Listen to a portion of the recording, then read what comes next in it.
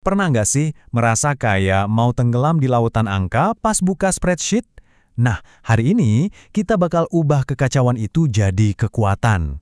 Kita akan bongkar bareng-bareng gimana caranya manajemen data di Excel bisa jadi semacam superpower buat kita dalam mengambil keputusan penting. Hayo, ngaku. Kita semua pasti pernah kan di posisi ini? Buka file Excel, isinya data yang acak-acakan, nggak konsisten.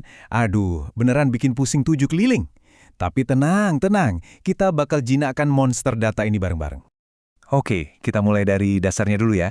Manajemen data. Jadi sebelum kita loncat langsung ke Excel-nya, penting banget nih buat kita paham dulu kenapa sih ini semua penting. Percaya deh, kalau kita ngerti kenapanya, semua klik-klik yang bakal kita lakuin nanti jadi jauh lebih bermakna. Jadi, manajemen data itu apa sih sebenarnya? Gampangnya gini, anggap aja kayak lagi beresin lemari baju. Kita kumpulin semua baju alias data kita, terus kita atur, kita lipat rapi, dan kita pastiin semuanya gampang dicari pas lagi butuh. Intinya cuma satu, datanya harus rapi, bisa diandelin, dan siap dipakai kapan aja.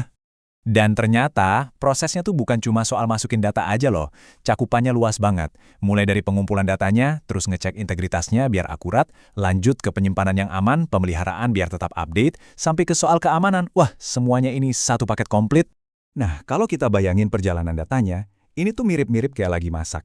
Pertama, kita kumpulin dulu bahan-bahannya. Terus, kita kasih kode atau label biar nggak ketukar. Ketiga, kita masukin deh ke panci kita, alias sistemnya. Dan yang terakhir, ini penting banget, kita bersihin. Kita buang data-data yang salah atau nggak relevan. Kan nggak mau dong ada kerikil di dalam masakan kita? Nah sekarang, saatnya kita buka dapur kita, Microsoft Excel. Percaya deh, ini bukan sekedar program buat bikin tabel biasa. Ini tuh kayak pisau serbaguna buat data. Siap bantu kita nerapin semua prinsip yang tadi kita bahas.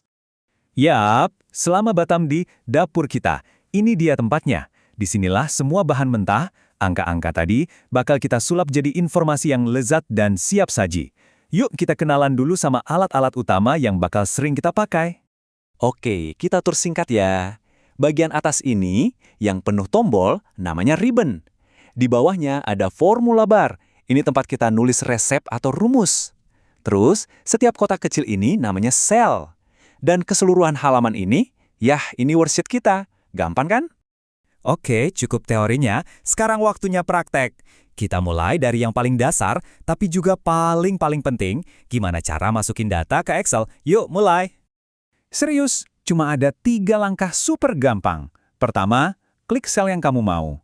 Kedua, ketik datanya, bisa teks atau angka. Ketiga, tekan enter. Udah gitu doang, voila.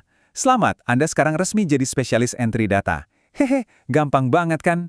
Nah, kalau kita lakuin dengan benar, hasilnya bakal rapi kayak gini. Coba deh lihat, setiap jenis informasi punya rumahnya sendiri. Ada kolom buat nama, kolom buat umur, dan seterusnya. Kenapa ini penting? Soalnya kalau dari awal udah rapi begini, proses analisis nanti, bakal gampang banget. Biar kerjaan kita makin ngebut, ada 3 mantra yang wajib dihafal. Ctrl+C buat copy, Ctrl+X buat cut, dan Ctrl+V buat paste. Tapi, ada satu jurus rahasia lagi nih, namanya paste special. Pernah nggak mau nyalin hasilnya aja, tapi rumusnya nggak mau ikut? Atau mau ubah data dari baris jadi kolom? Nah, paste special ini jagoannya. Oke, datanya udah masuk nih. Terus diapain lagi? Nah, sekarang saatnya kita memasak beneran. Kita masuk ke tahap yang namanya transformasi data. Di sini kita bakal ngolah data mentah tadi biar siap buat dianalisis lebih lanjut. Jadi, apa itu transformasi data? Intinya tuh kayak kita ngubah adonan kue jadi kue yang siap dipanggang. Kita pastiin semua bahannya nyampur rata, konsisten, formatnya bener, biar hasilnya nanti maksimal. Tujuannya cuma satu, bikin data siap diolah. Wah, ini nih salah satu fitur favorit saya, namanya text to columns. Coba lihat, kita punya data nama lengkap di satu kolom. Cuma dengan beberapa klik, simsalabim, Excel bisa langsung misahin jadi kolom nama depan dan nama belakang. Kebayang nggak sih hemat waktunya kayak gimana? Keren banget. Ada lagi fitur canggih lainnya, namanya data validation. Anggap aja ini kayak satpam buat sel-sel kita. Jadi kita bisa atur biar orang cuma bisa milih dari drop-down list. Misalnya cuma boleh milih laki-laki atau perempuan. Atau kita bisa batasin. Misalnya umur harus di antara 0 sampai 100. Ini cara paling jitu buat mencegah data aneh-aneh atau data sampah masuk dari awal. Sip, kita udah pegang semua teorinya. Sekarang, yuk kita lihat gimana semua ini bekerja di dunia nyata. Kita akan bedah bareng-bareng sebuah studi kasus tentang data kesehatan. Oke, di depan kita sekarang ada contoh data pasien yang sederhana. Ada nama, umur, jenis kelamin, dan yang penting nih, kadar hemoglobin atau HB. Ini adalah data mentah kita. Kelihatannya cuma angka biasa ya, padahal di balik angka-angka ini ada cerita penting yang tersembunyi. Nah, pertanyaannya sekarang adalah, gimana caranya kita mengubah angka HB yang kelihatannya abstrak ini jadi sesuatu yang lebih jelas dan bisa kita pakai? Sesuatu seperti status anemia si pasien. Nah, disinilah keajaiban transformasi data terjadi. Kita bisa bikin aturan main yang sederhana di Excel. Misalnya nih, kita tentuin aja. Kalau kadar HB di bawah 12, kita kasih label anemia. Kalau 12 atau lebih, kita kasih label normal. Udah sesimpel itu aturannya. Dan, tada! Ini dia hasilnya. Coba lihat deh, dengan satu kolom tambahan status anemia, data kita jadi kayak hidup dan bisa ngomong. Angka yang tadinya diam aja, sekarang seolah-olah berteriak, tolong perhatikan Rina dan Sari, mereka mungkin butuh penanganan lebih lanjut.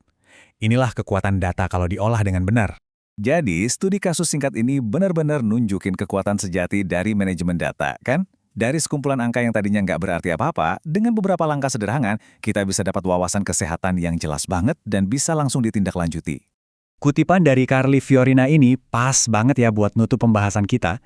Tujuan utamanya itu bukan cuma ngumpulin data, tujuannya adalah mengubah data jadi informasi, dan mengubah informasi itu jadi insight atau wawasan.